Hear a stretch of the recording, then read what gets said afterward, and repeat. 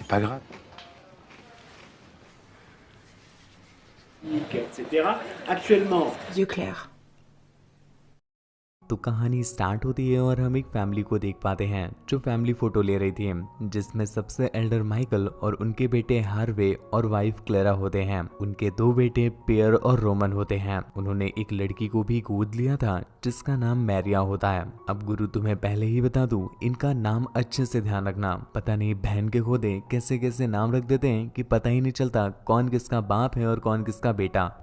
वो तो ऐसे भी पता नहीं चलेगा क्योंकि ये फैमिली ही कुछ ऐसी है जिसको जहां मिल रहा है वो वहीं पेले दे रहा है। तो सच में ये कह पाना मुश्किल है कि कौन किसका बाप है। खैर यहाँ पर सभी लोग बहुत खुश होते हैं, पर रोमन की फटी पड़ी थी। रीजन जानकर मेरी भी फट गई थी क्योंकि वो बंदा कहता है कि इसे हिलाते हुए 18 साल हो गए पर आज तक उसे गुलाबी गुजिया नहीं मिली है। इस वजह से उसका अब किसी काम में मन ही नहीं लगता है। पर यहीं पर दूसरी तरफ उसका भाई पेरे होता है जिसने गुजिया चटकाने का तो रिकॉर्ड ही बना रखा था। अगले सीन में हम रोमन को उसकी क्लास में देखते हैं जहाँ पर वो अपनी गाड़ी के गियर से खेल रहा होता है, पर उसकी गाड़ी उसकी मंजिल तक पहुंच पाती इससे पहले ही टीचर उसे देख लेती है। अब विलायती पिक्चर है गुरु, तो हमें भी लगा था कि तुरंत ही मुख मंजन करने लग जाएंगी, पर ऐसा नहीं होता। टीचर शायद आज ही बजवा कर आई थी तो उसे जरूरत नहीं थी, इसलिए गुस्से में वो ये बात प्रिंसिपल को बता देती है और प्रिंसिपल तुरंत ही उसकी मॉम को यहाँ पर बुला लेती है। पर उसकी मॉम तो अलग ही लेवल का नशा फूकती है। जब प्रिंसिपल उसे बताते हैं कि उनका लौंडा क्लास में ही हिला रहा था तो वो उल्टा प्रिंसिपल को ही ज्ञान देने लग जाती है।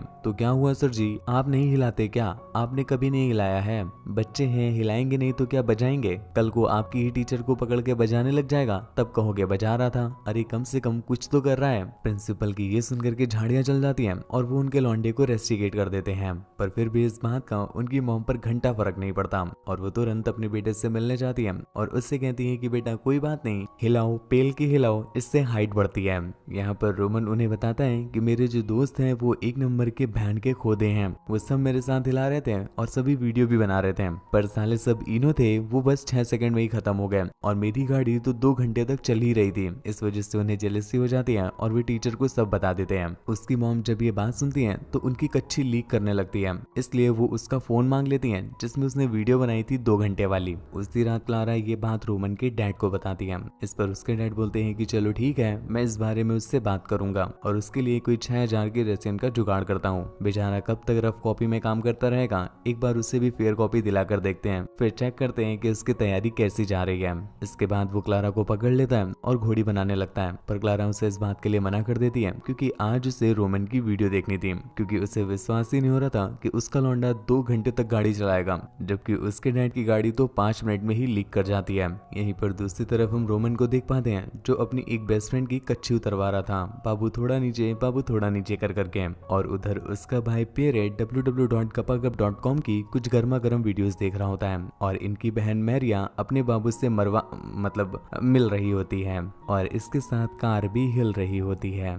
अगली सुबह जब सभी ब्रेकफास्ट कर रहे होते हैं तब हम पेरे को देख पाते हैं जिसका ब्रेकअप हो रखा था और इस वजह से उसे गुजिया खाने नहीं मिल रही थी। पर ये बात वो घर में नहीं बताता क्योंकि घर वाले उसकी पिलाई के फील्ड में बड़ी इज्जत करते थे, क्योंकि सभी को ये बात पता थी कि पेरे एक नंबर का पेलमबाज आदमी है और वो चाहे तो जॉनी भैया को भी ट्यूशन दे सकता है। इसलिए कहीं अगर उसके पेरेंट्स को ये बात पता चली कि इस समय पेरे के पास पेलने का कोई आइटम है ही नहीं और उसे मुठिया चालन करके ही जीवन यापन करना पड़ रहा है, तो ऐसे में उसकी बड़ी बेइज्जती हो जाएगी। इसलिए वो ये बात पेरेंट्स को नहीं बताता। पर दूसरी तरफ उसके पेरेंट्स की फटी पड़ी होती है रोमन को लेकर के, क्योंकि रोमन को इस समय कोई गुजिया नहीं मिल रही थी और ये एक नंबर के तूतिया मानुस की गुजिया का इंतजाम भी नहीं कर पा रहे थे। उससे बात करते समय सबसे पहला क्वेश्चन तो उसके पेरेंट्स यही करते हैं कि तुम्हारे जीवन में स्त्री नाम की कोई चीज है या नहीं। तो रोमन उससे बताता है कि हाँ, उसकी एक फ्रेंड है जिसका नाम क्लारा है। तो उसकी मॉम क्लेयर उसे सजेस्ट करती है एक दिन उसे ही कोपचे में ले जाकर के पलटा क्यों नहीं देते। पर रोमन इन सब चीजों में बच्चा होता है और उसकी बड़ी फटती है, इसलिए वो इस बात के लिए मना कर देता है। उसके बाप को तो विश्वास ही नहीं होता कि ये बहन का खुदा मेरी औलाद कैसे हो सकता है। यहाँ से निकल करके क्लेयर रोमन के दादाजी से यानी हाँ अपने ससुर जी से मिलती है और उनसे पूछती है कि पापा जी अब तो मम्मी जी रहे नहीं तो आप पिलाई कैसे करते हो। मतलब गुरु तुम क्या ही फैमिली देख रहे हो, यहाँ पे तो अलग ही लेवल के नशे चल रहे हैं। बहू ससुर की केयर कितनी करती है, वो उससे आकर के गुजिया का इंतजाम पूछ रही है। वही मैं सोचूं कि क्राइम पेट्रोल वाले एपिसोड लाते आते कहाँ से हैं? इनके जैसे लोग ही तो कहानियां बना बना करके दे रहे हैं। खैर, अगर तुम्हें ये लग रहा है कि आंटी ही बहुत ज्यादा फ्रैंक है तो तुम गलत हो गुरु। अंकल तो उनके भी बाप निकले, मतलब ससुर बाप निकले, क्योंकि वो तो उनसे और ज्यादा आगे होते हैं। वो बताते हैं कि हाँ बिटिया, बहुत समय तक हिला हिला करके ही काम चलाना पड़ा, पर एक दिन टिंडर इंस्टॉल किए थे तो वहां पर हमको राइट स्वाइप करके नेटली मिली थी। भाई साहब क्या लड़की है, पहली मीटिंग में मिलने गए वहीं पर पलटाकर देने लग गई। बेचारी इतनी मासूम है कि मेरी उम्र भी भूल गई। 3 गोली खाए थे तब जाके बजाए थे। इधर ये दोनों बातें कर रहे होते हैं, पर दूसरी तरफ बेचारे रोमन की फट जाती है। उसे ये लग रहा था कि उसकी मॉम उसके दादाजी को उसके हिलाने वाले कार्यक्रम के बारे में बता रही है, तो वो घर आकर के अपनी मॉम को धर कर आने लगता है और उनसे कहता है कि तुम क्या चाहती हो, इसके ऊपर मैं कैलेंडर टांगा करूं या फिर इसे काट के मैं तुम्हें दे दूं। चाय बनाते समय खल्लर मूसर में इससे अदरक कूट दिया करना। अरे भाई, जो कार्यक्रम इसका है वो कार्यक्रम ही तो कर रहा था, इसमें सबको बताने की क्या जरूरत है। उसकी मॉम उसे समझाती है, अरे मुट्ठल लौंडे, तुम्हारे दादाजी को बता नहीं रही थी बल्कि तुम्हारे लिए एक गुजिया का जुगाड़ कर रही थी। इधर बेचारे भाई को मिल नहीं रही होती है और वहीं पर दूसरी तरफ हम इसकी बहन मैरिया को देखते हैं जो जंगल में बजवा रही होती है और कसम से उसका बाबू पता नहीं कौन से एमजी की खा के आया था, वो लगातार उसको पेले ही जा रहा है पिछले 2 घंटों से। इधर रोमन जब अपने डैड के रूम में कुछ काम के लिए जाता है तभी वो देखता है कि उसके डैड के हाथ में कुछ बड़े बच्चों वाले गुब्बारे होते हैं और ये देख करके उसकी फट के 64 हो जाती है और उसे ऐसा लगने लगता है कि शायद उसके डैड उसकी मॉम की चाट चाट करके अब थक चुके हैं, इसीलिए वो किसी और की चाट रहे हैं, मतलब वो उन्हें चीट कर रहे हैं। उधर हम मैरिया को देखते हैं जिसका बापू अभी भी उसकी ले ही रहा होता है और काफी देर तक उसे पेलने के बाद वो थक जाता है और उससे बातें करने लगता है। फिर कुछ देर के बाद जब उसकी बैटरी दोबारा चार्ज होती है फिर वो उससे अपनी सप्लाई देने लग जाता है। आज तो मैरिया के जैसे मानो मरी पड़ी थी। इधर हम रोमन को एक बार फिर से देखते हैं, उसके पास ना तो कोई पेलने का जुगाड़ था और जो थोड़ा बहुत दिखा दिया करती थी क्लेयर यानी उसकी बेस्ट फ्रेंड, अब तो उसने दिखाना भी बंद कर दिया था। इस वजह से बेचारे रोमन की फटी पड़ी है और उसे किसी न किसी की तो लेनी ही है। अब वो बेचारा गुल्लक में 10-10 रुपए जोड़ना भी चालू कर देता है क्योंकि अब उसने ठान लिया है मिशन रशियन का। दूसरी तरफ हम पियरे को देख पाते हैं और भाई साहब पियरे यानी हमारे प्यारे, उनकी देख करके हमारी फट जाती है क्योंकि प्यारे तो हमारे बड़े टेस्टी इंसान निकलते हैं। उन्हें सारे टेस्ट पसंद होते हैं, उन्हें मीठा भी पसंद है और कड़वा भी। नहीं समझे, शायद हमारे पियरे भैया ने इलेक्ट्रॉनिक्स से इंजीनियरिंग कर रखी है, तभी उन्हें सॉकेट और प्लग का अच्छे से यूज करना आता है। वो अपने सॉकेट का भी बड़ा अच्छा यूज करते हैं और प्लग का भी। अभी भी नहीं समझे तो तीतर के आगे तीतर और तीतर के पीछे तीतर वाला कार्यक्रम पसंद है हमारे पियरे भैया को और यही कार्यक्रम वो अपनी बाबू और एक लड़की के साथ कर रहे हैं और करवा रहे होते हैं। इधर रोमन से रहा नहीं जाता तो वो अपनी बेस्ट फ्रेंड कोरेलिस से मिलने के लिए स्कूल के रास्ते में खड़ा हो जाता है, जैसे हमारे यहाँ के छपरी आशिक खड़े होते हैं।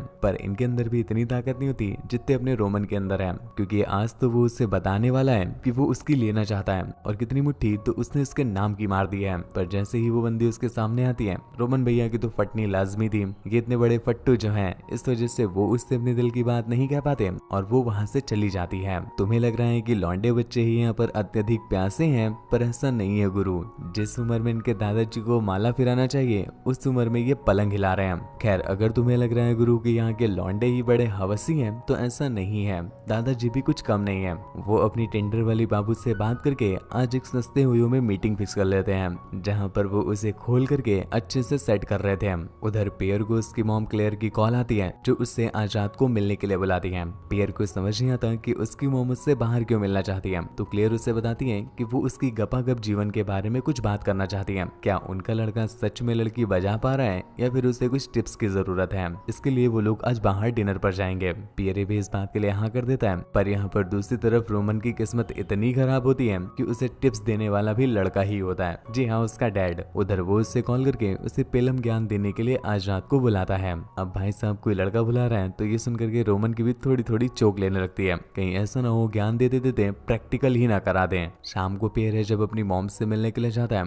तो वो उससे पिलाई के बारे में ज्ञान लेने लगती है, पर यहाँ पर पियरे उनसे कहता है कि ज्ञान नहीं, आप सीधा वीडियो लेना, क्योंकि मेरी बाबू का कॉल आ गया है और वो तेल लगा के बैठी है, मैं उसकी लेने जा रहा हूँ और सीधा आपको वीडियो कॉल करके दिखा दूंगा। ये बोलकर वो वहां से उठ के चला जाता है। यहीं पर दूसरी तरफ हम रोमन को देखते हैं जो अपने डैड के साथ बैठा होता है। अब डैड के साथ बैठा है तो चोक लेनी तो ऑब्वियस सी बात है, तो उसकी चोक ले रही होती है। पर तभी उसके डैड उससे पूछ लेते हैं, क्या बेटा अभी तक कितनी गुजिया चटकाए हो। ये बात सुनकर तो रोमन के नीचे से नहीं बल्कि ऊपर से आंसू आने चालू हो जाते हैं और वो धार फेंक के आंसू बहाना चालू कर देता है। उसके उसके डैड को समझ में आ जाता है कि ये बहन का खुदा उनकी औलाद नहीं है, क्योंकि उसने अभी तक एक गुजिया तक नहीं चटकाई होती है। तभी वो अपने डैड से पूछता है कि पिताजी, आपने सबसे पहली बार जीवन में गुजिया कब चाटी थी? अब मेरे भाई, तुम्हें पहले ही एक डिस्क्लेमर दे दूं कि ये एक विदेशी पिक्चर है, कहीं ऐसा ना हो कि तुम इस फिल्म से इंस्पायर होकर के अपने पिताजी से ये प्रश्न कर दो। सही बता रहे हैं, प्रत्येक पिता के पास एक फटाहा जूता होता है जो वो तुमसे छुपा के रखते हैं।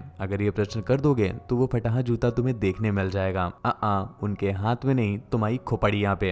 एत्ते चलिए खोपड़िया चांद हुई जाई। खैर, अनफॉर्चुनेटली ये विदेश होता है, तो उसके डैड उससे बता भी देते हैं कि उन्होंने 16 साल की उम्र में एक चिकनी गुजिया चटकाई थी, वो भी गुलाबी, वो भी बिना पैसों के। अब रोमन के लिए ये बात तो बिल्कुल मृत्यु से कम नहीं थी, क्योंकि उसके डैड ने 16 की उम्र में ही चाट के बराबर कर दिया था और ये 18 की उम्र तक भी हिला ही रहे हैं। उधर हम मैरिया को देखते हैं जो अपने बाबू से मिल रही होती है। पूरी फिल्म में गुरु मैरिया का बस एक ही काम है कि वो बाबू से बस मिल ही रही होती है। इधर पियरे भी अपने मेल और फीमेल दोनों बाबू से मिलते हैं और अपने सॉकेट और प्लग का यूज करने लग जाते हैं। बेन स्टोक्स इस मूवी की हवस तो खत्म ही नहीं होती। इधर हम देखते हैं इनके मम्मी पापा भी लगे होते हैं। अंकल जी अपने सारे कपड़े हटा करके मिसाइल को लॉन्च करने की तैयारी कर रहे होते हैं और तभी वो अपने बाबू को ये गाना सुनाते हैं। कौन सा, आप भी सुनना। ये बिल्ली का प्यारा चेहरा, बालों का रंग सुनहरा, कैसे देखूं तेरी गुलाबी गुलाबी पे कपड़े का पहरा, इस कपड़े को हटा दो, अपनी बिल्ली तो दिखा दो, मेरे पप्पू से मिला दो, लगता है पहले कभी चखे हैं शॉट एक या दो, इधर उधर कहाँ देखे बबले तो खोलो, अब प्यार से हटाया कपड़ा बिल्ली तो दिखाओ जी, दुनिया वाले जो भी बोले हमसे ही पिलवाओ जी, अब रबर को उठाओ जी, पप्पू को पहनाओ जी, फिर बिल्ली की बात मेरे चूहे से करवाओ जी। हेलो बिल्ली, नमस्ते, चलो सीधा काम बिठाते हैं। अब आप ये पूछोगे कि कितनी देर टिक जाते हैं, तो जितना आपकी मालकिन का बाबू एक ओयो में चालाता है, उतना तो मेरा बस सोते सोते ही गिर जाता है घर, है खेत, है गाड़ी। अब आप ये सोचो कि किसमें करोगी सवारी। Okay bye. आवाज भले ही खराब थी, परंतु आंटी को संगीत बड़ा पसंद आता है, जिसके बाद वो अपनी बिल्ली का कपड़ा हटाती है और चाचा को जमीन में सीधा लिटाती है और फिर बिल्ली को चूहे का भोग लगाती हैं, वो भी उछल उछल के। खैर, यहाँ पर हम देख पाते हैं कि उनकी फैमिली के सभी मेंबर किसी न किसी से गड्ढे खुदवा रहे होते हैं, परंतु बेचारा रोमन ही बैठकर हिला रहा होता है। उसकी इस कश्मकश के फड़वे लगाने के लिए हमें पूरी फैमिली का एक सीन दिखाया जाता है, जहाँ पर सभी लोग अलग अलग बंदों से पिलवा रहे होते हैं। अगले दिन उनके घर में एक छोटी सी पार्टी होती है, तो सभी लोग अपने अपने बाबू को लेकर वहाँ पर आए हुए थे और फॉर्चुनेटली आज रोमन भी कोरेली को किसी तरह से मना कर ले आया था। पार्टी के खत्म होने के बाद सभी लोग अपनी अपनी बाबू को चटकाने के लिए रूम में ले जाते हैं और भाई साहब तो इनका कंपटीशन हो जाता है कि कौन पहले पील करके बाहर निकलेगा। इधर रोमन भी कोरेली को अपने साथ एक रूम में ले गया था और यहाँ पर इनकी चुम्मा चाटी स्टार्ट हो जाती है। और कसम से बता रहे हो गुरु, पूरी मूवी का सबसे सेटिस्फाइंग सीन यही लगता है कि बेचारे रोमन की भी एफडी कम से कम टूटी तो सही। जिसके बाद कोरेली भी अपने सारे कपड़े हटा करके उसे मंजन देने लग जाती है और अपने रोमन का ये पहला मंजन था तो उसे बड़ा मजा आता है। फिर कोरेली उसे अपनी गहरी गुफा में ले करके उसे जन्नत के मजे देने लगती है और इस तरह से रोमन की एफडी टूट जाती है। कोरेली रोमन से कहती है कि उसने भिन्न भिन्न प्रकार के केलों का सेवन किया है, परंतु आज तुम्हारे केले का अलग ही नशा है और मुझे ऐसा लग रहा है जैसे मानो मैं पहली बार पिलाई कर रही हूँ। रोमन को ये सुन करके बड़ा अच्छा लगता है और वो अपनी सप्लाई को और तेज कर देता है। सीन स्विच होता है सीधा 1 सालों के बाद और हमें पता चलता है कि रोमन के दादाजी पेलते पेलते ही एक दिन पिल गए, मतलब उनके फड़वे लग चुके थे और आज उनका फ्यूनरल था। यहाँ पर सभी लोगों की फटी पड़ी होती है, परंतु आंटी तो अलग ही नशे में होती है। वो कहती है चलो ठीक है गाइस, ससुर जी ने बहुत गुजिया खा ली थी और वो गुजिया खाने में कितने एक्सपर्ट भी थे, तो उनकी मौत सही समय पर हुई है, वरना कुछ तो ऐसे लौंडे भी हैं यहाँ पर जो बेचारे हिलाते हिलाते ही मर जाएंगे क्योंकि उनको मिलती ही नहीं है। दादाजी तो कम से कम पेल के गए। इधर सभी लोगों को पियरे के बारे में भी पता चल जाता है कि उसे सॉकेट और प्लग दोनों का ही यूज करना पसंद है। इस बात से भी उनकी फैमिली को कोई फर्क नहीं पड़ता, कम से कम उनके घर में अब 2 नहीं 3 पेलने वाले हो जाएंगे। मूवी के आखिर में हम देख पाते हैं कि अंकल जी बहुत दुखी होते हैं क्योंकि उनके फादर के फड़वे जो लग गए थे, पर आंटी जी को पता होता है कि उन्हें खुश कैसे करना है। वो तुरंत ही अपने सारे कपड़े हटा करके उन्हें दूध पी लो बउआ करने लग जाती है और इससे अंकल जी खुश हो जाते हैं, जिसके बाद वो उन्हें मलाई खिलाने लगते हैं। दूसरी तरफ हम मैरिया को भी देख पाते हैं। भाई साहब पूरी मूवी ये बस ठुकवाती ही रही है और यहाँ पर भी वो यही काम कर रही होती है, तो इसके बारे में कुछ खास बताने की जरूरत नहीं है। उधर तुम देखो रोमन को, जिसने फाइनली ग्लोरिया को पटा ही लिया होता है और अब वो हर रोज उसकी बजाता है जैसे वो आज बजा रहा था। और यहाँ पर हमें पता चलता है कि ये तो भैया अलग ही लेवल के शौकीन पुरुष हैं, इन्हें वीडियो बनानी बड़ी पसंद है और ये www.gappagup.com में अपलोड भी करते हैं। वीडियो बनाने के बाद वो उससे पटक कर पेलने लग जाता है और इसी खुशी के साथ ये कहानी यहीं पर एंड हो जाती है। तो दोस्तों आपको ये कहानी कैसी लगी नीचे कमेंट करके जरूर बताना, और हाँ इन फैमिली के लिए 2 शब्द वो भी प्लीज नीचे कमेंट करके जरूर बताना।